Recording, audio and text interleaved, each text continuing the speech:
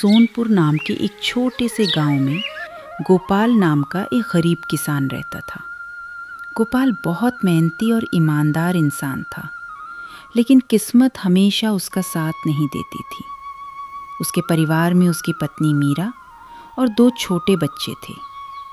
गोपाल सुबह सूरज निकलने से पहले खेतों में चला जाता और देर शाम तक मेहनत करता।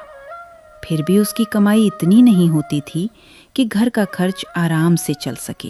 सुनिए जी, घर में अनाज बस आज तक का ही बचा है और बच्चों की स्कूल फीस भी भरनी है। अब क्या करेंगे?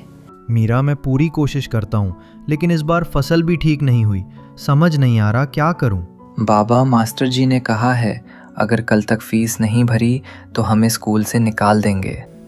ये सुनकर गोपाल कुछ पल के लिए चुप हो जाता है। उसकी आंखों में चिंता साफ दिखाई देती है, लेकिन वो अपने बच्चों के सामने कमजोर नहीं पड़ना चाहता। नहीं बेटा, तुम दोनों पढ़ाई ज़रूर करोगे, चाहे मुझे कुछ भी करना पड़े। भगवान जाने कब हमारे दिन बदलेंगे। गोपाल के दिल में दर्द तो बहुत था, लेकिन उसके इरादे उससे भी ज्यादा मजबूत थे। मैं आज गांव के बाहर जाकर काम ढूंढता हूँ, शायद कहीं कुछ मिल जाए। उम्मीद और जिम्मेदारी का बोझ लेकर गोपाल अपने घर से निकल पड़ता है। उसे नहीं पता था कि आज का दिन उसकी जिंदगी बदलने वाला है।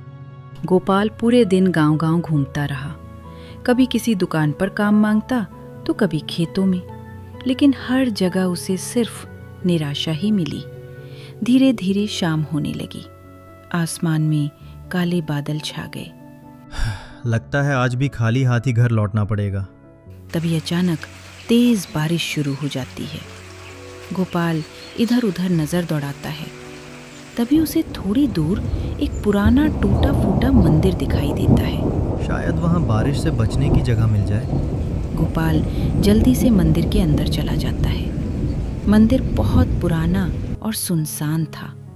चारों तरफ धूल जमी हुई थी और दीवारों पर मकड़ी के जाले लगे थे। तभी गोपाल की नज़र मंदिर के एक कोने में रखी पुरानी लोहे की पेटी पर पड़ती है। अरे, ये पेटी यहाँ कौन छोड़ गया? वो धीरे धीरे पेटी के पास जाता है। जैसे ही गोपाल पेटी को हाथ लगाने की कोशिश करता है, रुको। गोपाल डरकर पीछे हट जाता है। कौन है वहाँ? तभी मंदिर में तेज रोशनी फैलती है और एक बूढ़ा साधु उसके सामने प्रकट होता है। डरो मत पुत्र, मैं इस जादुई पेटी का रक्षक हूँ। महाराज, मैं चोर नहीं हूँ, मैं तो बस बारिश से बचने यहाँ आया था। मुझे सब पता है गोपाल, तुम एक ईमानदार इंसान हो, इसीलिए ये पेटी तुम्हें दिखाई दी है। ये कैसी पेटी है? ये कोई साधारण पेटी नहीं, इसमें जो भी चीज डालोगे वो कई गुना बढ़ जाएगी। लेकिन याद रखना, अगर लालच किया तो सब कुछ खत्म हो जाएगा। गोपाल आश्चर्य से उस पेटी को देखता रहता है। गोपाल को अभी तक यकीन नहीं हो रहा था, लेकिन उसे नहीं पता था कि ये जादुई पेटी उसकी जिंदगी हमेशा के लिए बदलने वाली है। गोपाल उस जादुई पेटी को लेकर जल्दी जल्दी अपने घर की ओर निकल पड़ता है। उसके मन में कई सवाल चल रहे थे। क्या सच में ये पेटी जादुई है, या फिर ये सब उसका भ्रम था? जैसे ही गोपाल घर पहुंचता है, मीरा दौड़कर उसके पास आती है। आप इतनी देर कहाँ रह गए थे? मैं कब से परेशान हो रही थी। मीरा, आज मेरे साथ कुछ बहुत अजीब हुआ है। गोपाल मीरा को मंदिर, साधु और जादुई पेटी वाली सारी बात बताता है। क्या सच में ऐसी जादुई पेटी हो सकती है घर में? मुझे भी यकीन नहीं हो रहा, लेकिन उस साधु की बातें बिल्कुल सच्ची लग रही थीं। दोनों कुछ देर सोच में पड़ जाते हैं। तभी बच्चों के पेट से भूख की आवाज़ आती है। मीरा की आंखें भर आती हैं। बस थोड़ा सा चावल बचा है। तभी गोपाल अचानक पेटी की ओर देखता है। क्यों ना हम इसे आजमा कर देखें? मीरा रसोई से मुट्ठी भर चावल लाती है। दोनों डरते डरते पेटी के पास जाते हैं। हे भगवान, अगर ये सच हुआ तो शायद हमारी जिंदगी बदल जाए। गोपाल धीरे से चावल पेटी में डाल देता है। अचानक पेटी के अंदर तेज रोशनी होने लगती है और देखते ही देखते पेटी चावलों से भर जाती है। ये कैसे हो गया? मीरा की आंखों से खुशी के आंसू निकल पड़ते हैं। लगता है भगवान ने आखिर हमारी सुन ली। उस रात कई दिनों बाद गोपाल के घर चूल्हा जला और पूरे परिवार ने पेट भरकर खाना खाया। लेकिन गोपाल अभी भी उस साधु की बात याद कर रहा था। लालच मत करना। उस जादुई पेटी के आने के बाद गोपाल की जिंदगी धीरे धीरे बदलने लगी। अब उसके घर में खाने की कमी नहीं थी। बच्चों की स्कूल फीस भी समय पर भर दी गई थी और कई दिनों बाद उसके घर में खुशियां लौट आई थीं।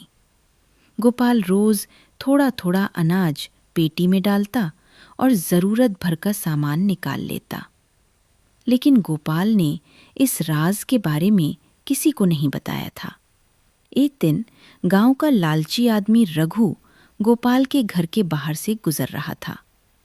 तभी उसकी नज़र घर के अंदर रखे ढेर सारे अनाज पर पड़ती है।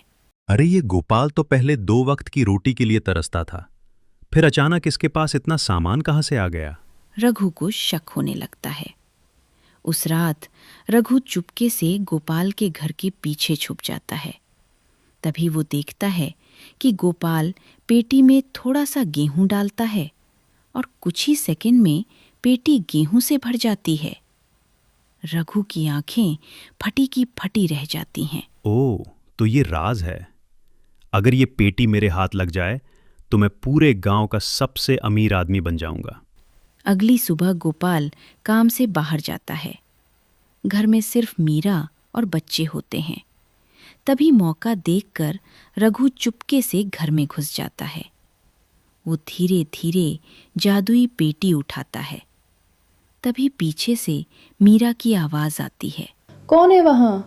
रघु घबरा जाता है और जल्दी से भाग निकलता है।